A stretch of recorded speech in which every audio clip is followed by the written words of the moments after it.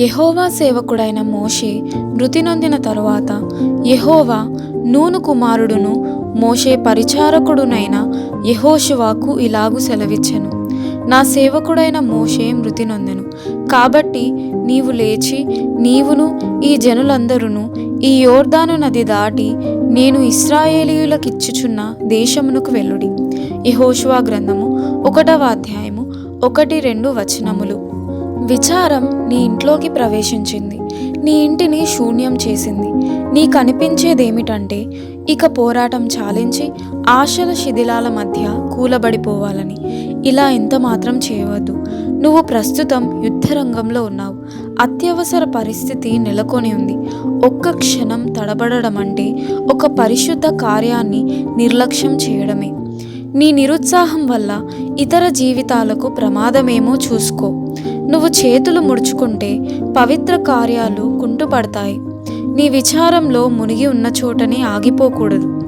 ఒక యుద్ధ సమయంలో ఒక జనరల్ తాను చూసిన ఓ హృదయ విదారకమైన సంగతి గురించి చెప్పాడు. ఆ జనరల్ గారి కుమారుడు ఆ సైన్యంలోనే లెఫ్టినెంటు. దాడి జరుగుతుంది. తండ్రి ఆ దాడిని ముందుండి నడిపిస్తున్నాడు. యుద్ధరంగంలో ముందుకు వెళ్తుండగా హఠాత్తుగా ఆయన చూపు చచ్చిపడి ఉన్న ఒక వ్యక్తిపై పడింది. ఆ శవం తన కొడుకేనని చిటికలో అర్థమైంది. తండ్రిగా ఆ శవం ప్రక్కన కూలబడి తన దుఃఖాన్ని తీర్చుకుందామని ప్రాణం లాగింది. కానీ ఆ క్షణంలో తన కర్తవ్య నిర్వహణ ఆయన్ని ఆ దాడిలో ముందుకు సాగిపోవాలని వెన్నుతట్టింది. చనిపోయిన తన కుమారుణ్ణి ఒకసారి చొప్పున ముద్దు పెట్టుకొని తన సైనికులతో ఆ దాడిలో ముందుకు కదిలాడు. సమాధి ప్రక్కన కూర్చుని దయనీయంగా ఏడవడం వలన చేజారిన ప్రేమ సంపద తిరిగి రాదు. అలాంటి దుఃఖం ద్వారా ఎలాంటి దీవెన రాదు. విచారం గాయపు మచ్చల్ని మిగిల్చిపోతుంది.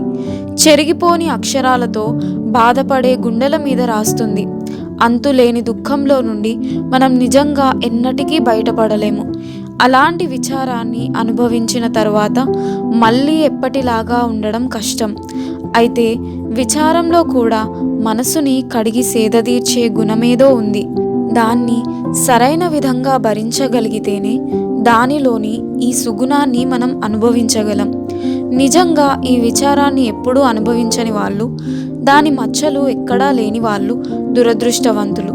మనకున్న సంతోషం మన విచారాల మధ్య నుండి మేఘాల్లో నుండి ప్రకాశించే సూర్యుడిలాగా ప్రకాశించాలి. మన విధిని మనం నమ్మకంగా నెరవేర్చడంలోనే నిజమైన ధన్యకరమైన ఆదరణ ఉంది.